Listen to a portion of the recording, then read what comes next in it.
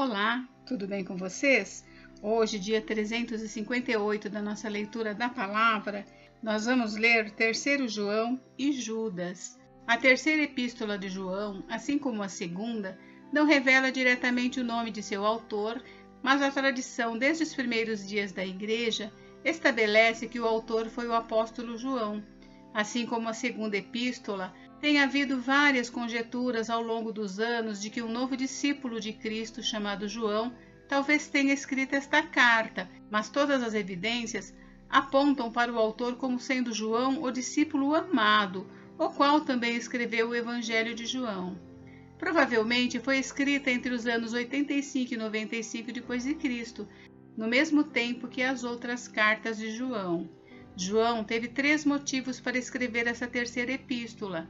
Primeiro, para elogiar e incentivar seu amado colega de trabalho, Gaio, um leigo de alguma riqueza e distinção em uma cidade perto de Éfeso, em seu ministério de hospitalidade aos mensageiros itinerantes que iam de um lugar a outro para pregar o Evangelho de Cristo, quer fossem conhecidos por ele ou não.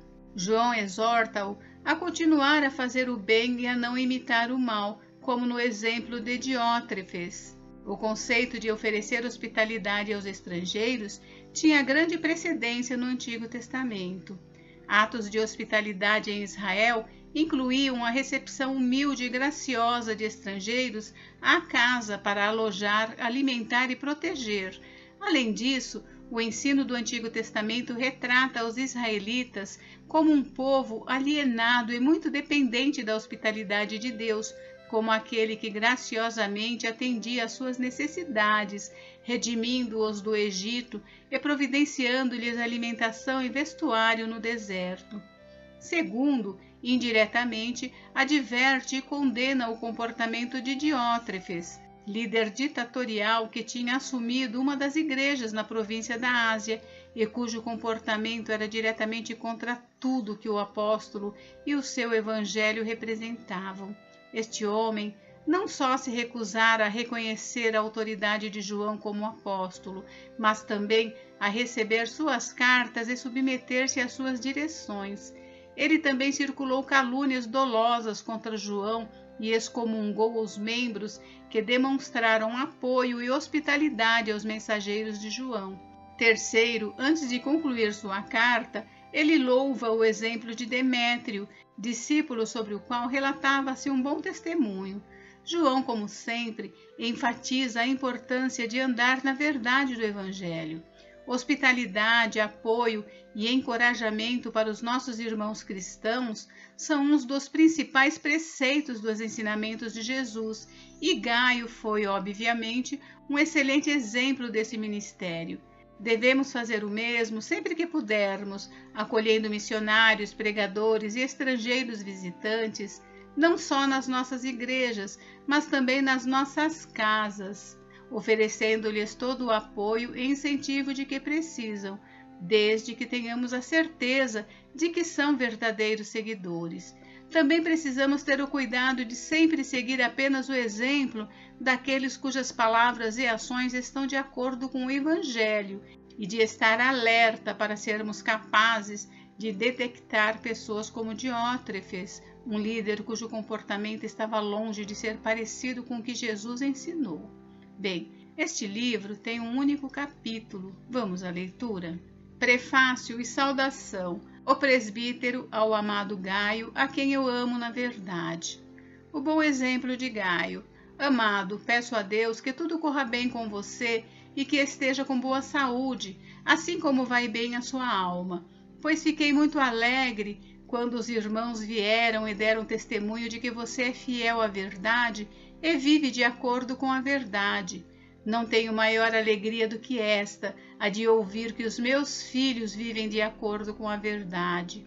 Amado, você tem sido fiel no que faz pelos irmãos, mesmo quando são estrangeiros. Estes deram testemunho diante da igreja do amor que você tem.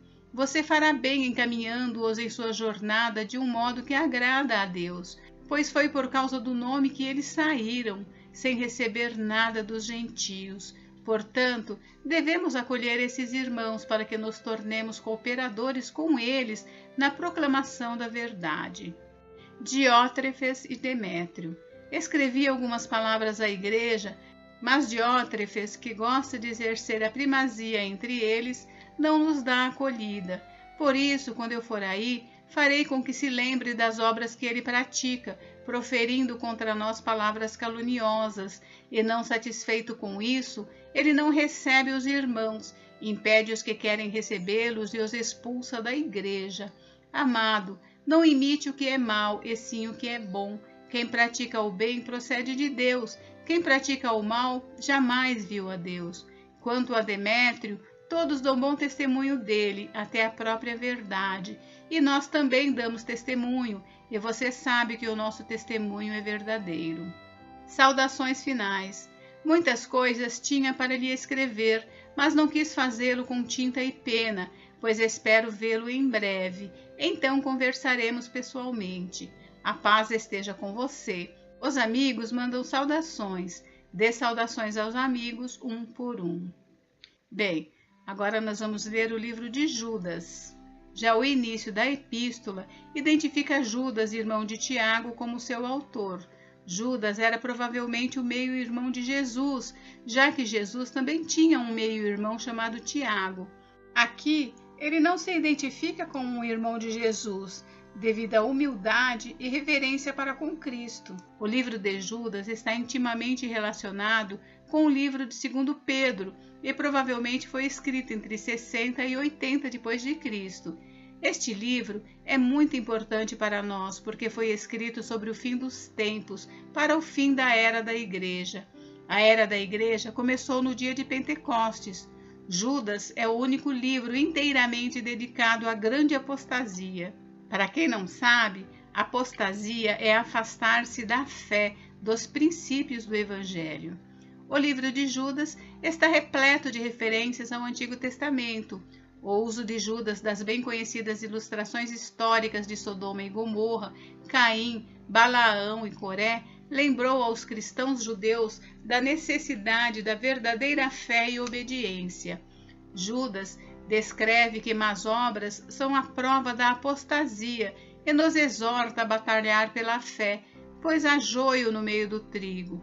Falsos profetas estão na igreja e os santos estão em perigo. Judas é um livro pequeno, mas muito importante e digno de estudo, escrito para os cristãos de hoje. De acordo com o versículo 3, Judas estava ansioso para escrever sobre a nossa salvação, porém ele mudou de assunto para abordar o contender pela fé.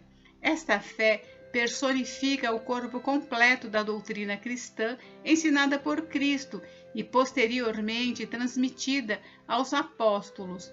Depois de Judas advertir contra os falsos mestres, ele nos aconselha sobre como podemos ter sucesso na guerra espiritual. Aqui está a sabedoria que faríamos bem em aceitar e aderir enquanto vivemos nesses dias do fim dos tempos. Vivemos em um momento único na história e este pequeno livro pode ajudar a equipar-nos para enfrentar os incontáveis desafios de viver no fim dos tempos. Os cristãos de hoje devem ter cuidado com as falsas doutrinas que podem facilmente enganar-nos se não formos bem versados na palavra. Precisamos conhecer o Evangelho para proteger e defendê-lo e aceitar o senhorio de Cristo, o qual é evidenciado por uma mudança de vida. A fé autêntica sempre reflete o comportamento semelhante ao de Cristo.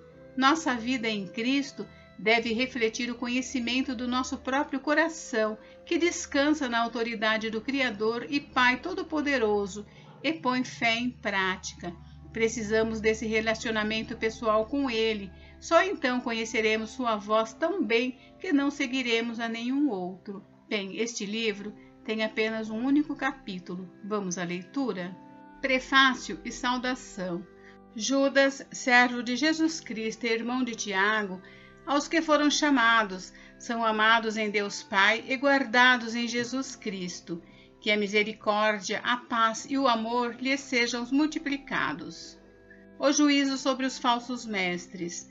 Amados, quando eu me empenhava para escrever-lhes a respeito da salvação que temos em comum, senti que era necessário corresponder-me com vocês para exortá-los a lutar pela fé que uma vez por todas foi entregue aos santos, pois certos indivíduos, cuja sentença de condenação foi promulgada há muito tempo, se infiltraram no meio de vocês sem serem notados. São pessoas ímpias que transformam em libertinagem a graça do nosso Deus e negam o nosso único, soberano e Senhor Jesus Cristo.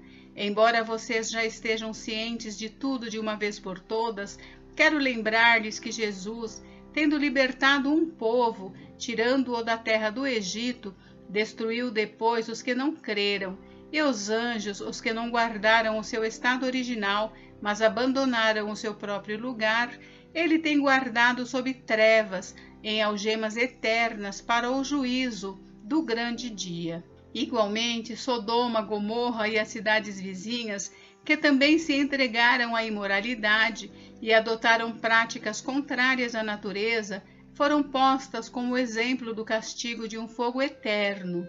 Do mesmo modo, também esses, quais sonhadores, contaminam a carne, rejeitam a autoridade e insultam os gloriosos seres celestiais. Contudo, nem mesmo o arcanjo Miguel, quando entrou em conflito com o diabo e discutia a respeito do corpo de Moisés, ousou pronunciar sentença difamatória contra ele. Pelo contrário, disse: o Senhor repreenda você. Esses, porém, quanto a tudo que não entendem, difamam, e quanto a tudo que compreendem por instinto natural, como animais irracionais, até nessas coisas se corrompem. Ai deles, porque seguiram o mesmo caminho de Caim, e movidos por ganância, caíram no erro de Balaão, e foram destruídos na revolta de Corá. Esses são como rochas submersas nas festas de fraternidade que vocês fazem, banqueteando-se com vocês sem qualquer receio.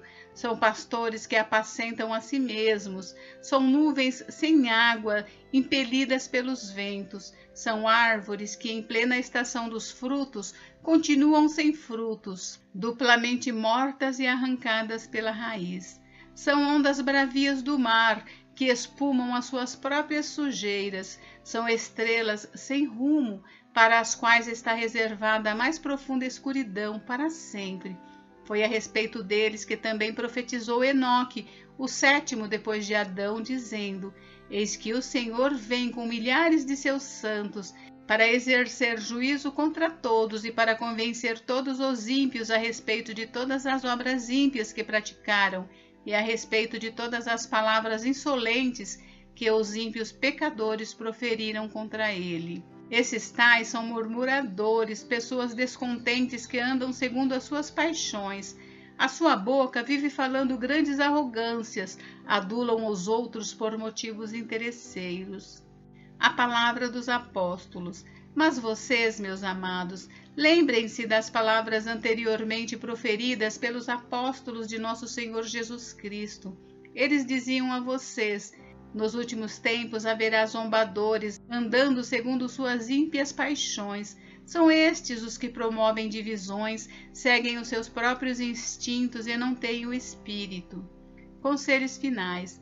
Mas vocês, meus amados, edificando-se na fé santíssima que vocês têm, orando no Espírito Santo, mantenham-se no amor de Deus, esperando a misericórdia do nosso Senhor Jesus Cristo, que conduz para a vida eterna. E tenham compaixão de alguns que estão em dúvida. Salvem outros, arrebatando-os do fogo. Quanto a outros, sejam também compassivos, mas com temor, detestando até a roupa contaminada pela carne.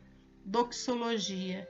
E é o Deus que é poderoso para evitar que vocês tropecem e que pode apresentá-los irrepreensíveis diante da sua glória com grande alegria, a este que é o único Deus, nosso Salvador, mediante Jesus Cristo, Senhor nosso, sejam a glória, a majestade, o poder e a autoridade, antes de todas as eras, agora e por toda a eternidade. Amém.